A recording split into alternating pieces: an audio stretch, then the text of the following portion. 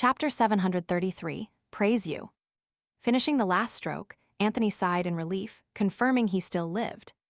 Though unsure if Ammon's incarnation Monette's drawn form could help turn the tables and find a way out of the mirror world, he had obeyed his partner's orders and done his part. Almost at once, Anthony saw the corners of Monette's sketched mouth turn up, eyes appearing to come to life. But the curling paper and translucent flames stirred once more. In an instant, the drawing of Monette condensed into a ball, devoured by clear flames and absorbed into the dim bottle of fiction. Had it failed, Anthony's heart squeezed tight again. Even a disciplined hypnotist found it hard to stay calm in the face of this. Right then, Overseer Pearl, still next to the jutting rock, pulled her right hand from the under-the-table bag of coins. The transaction was made. Lumien's group would teeter on the edge of sleep. Pearl looked back at her target. Lumien stood firm, wearing a gold mask painted black and white. His aura was gone, body radiating an icy breath of death. But Lumien's now blue eyes stayed open. As an overseer, Pearl knew something was wrong. About to act, a thick darkness swallowed her, snuffing out the carbide lamp. Pearl's eyes shut as she swayed unsteadily. She fell asleep. Somehow, the sleep effect meant for Lumien's team had hit her instead, leaving them untouched. Seeing this, Lumien felt shock, then immense joy. He sensed a strange power, pulsing from the bottle of fiction he had made with his body. Did it work? Had Anthony done it? As expected, the entity's prior actions sought to help his father. And his father is on our side against heretics. Lumien quickly deactivated the bottle of fiction, ready to teleport to the sleeping Pearl. He would get Morin Avigny's mirror and try to escape through the mirror world's set entrance. If he could just get out, he could find help to make Pearl leave. Just then, Pearl's coin bag and Morin Avigny's mirror fell to the ground.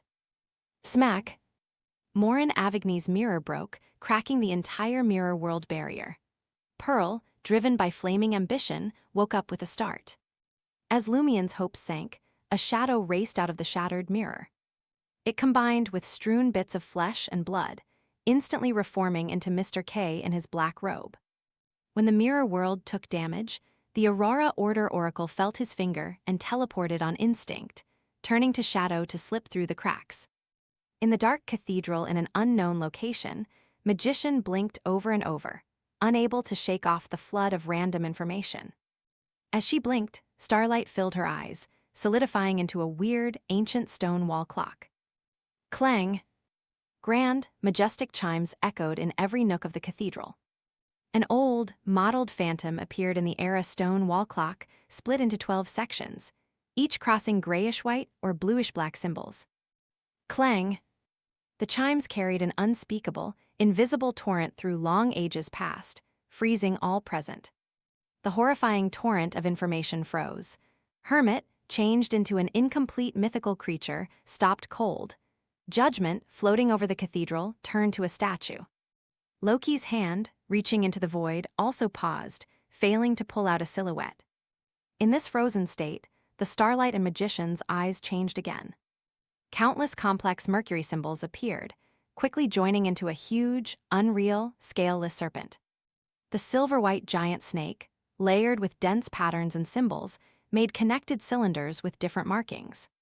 The next second, the Mercury serpent bent to bite its tail before it began slowly turning. The massive torrent of information started to reverse, going back the way it came until it turned back into the woman in the black dress with the gold crown. The black-dressed woman faded, becoming a ghost and a floating, oddly captivating tarot card. In the end, both went back to the void and disappeared. Fallen rocks flew back to Hermit's body, turning back to eyes or pure white. Hermit quickly lost her terrifying look that would make anyone go mad. Judgment returned to the surface, going back past the door as the mystery-weakening limit faded.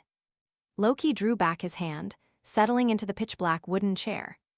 In the fractured special mirror world, Overseer Pearl saw the hooded, black-robed Mr. K and his many sins upon waking up. Oddly, the criminal who had done worse things than Lumien only had a small gray spot. This suggested that finishing an under-the-table transaction with Mr. K would be hard, as if it needed certain conditions. It seems to come from extreme devotion. All under-the-table transactions can only keep going with the permission of the one he has faith in. As Pearl's mind raced, she glared at Mr. K and said with the words of order, "You stand guilty. You murdered someone." The space over Mr. K went dark at once, as something awful took shape. Having heard Lumion talk about Jebus's powers, he knew a deadly punishment was coming. He quickly changed his grazing target, using devil transformation and Rose Bishop's flesh and blood magic to endure the unknown attack. But in a flash, the growing penalties vanished, as if going to an unknown place. The scary pressure, like thick smoke, blew away in fierce winds. Mr. K was stunned for a moment before exploding in crazed laughter. "Ha ha, I'm guilty, but the Lord carries my sins. I'm innocent to this world." Amid the laughter, Mr. K changed grazing targets. Layers of unreal doors showed up in his eyes.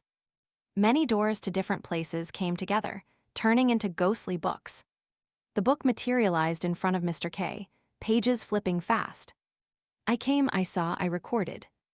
As the ethereal voice rang out, the illusory book stopped on a page. In an instant, Mr. K turned into a 2 to 3 meter tall half-giant in cold black armor, holding a pitch-black sword. He sprinted towards the overseer. "Praise you," Mr. K roared, slicing down with the sword of darkness.